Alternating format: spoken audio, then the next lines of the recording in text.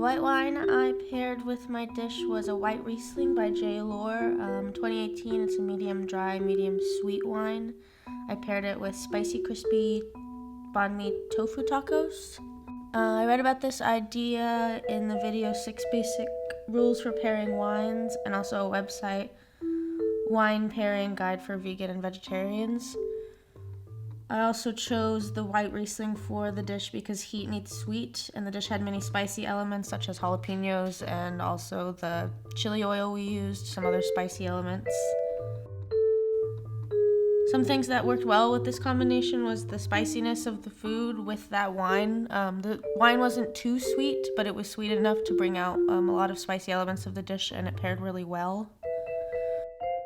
I wouldn't say I didn't like anything about this pairing. I thought it paired really well and that I did a good job with choosing what wine I used with this dish. Based on this experience, I think I would do the exact same. I'm glad I chose a medium dry, medium sweet wine because it wasn't too sweet. So it didn't do much to the flavors of the food except for bring out the spiciness, which I enjoyed.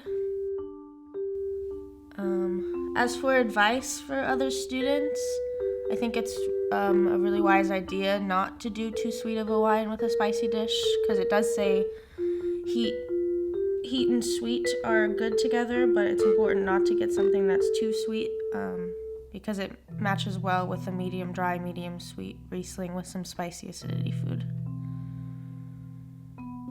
There's one thing I did leave off the dish that I probably shouldn't have. I was going to do a spicy mayo to put on top, and I think that would have really enhanced the dish. So if there was something I would have done differently, it would be to add the spicy mayo element to the tacos, which would make the dish a little more spicy, and I think the sweetness of the wine could have paired well with something that was a bit more spicy,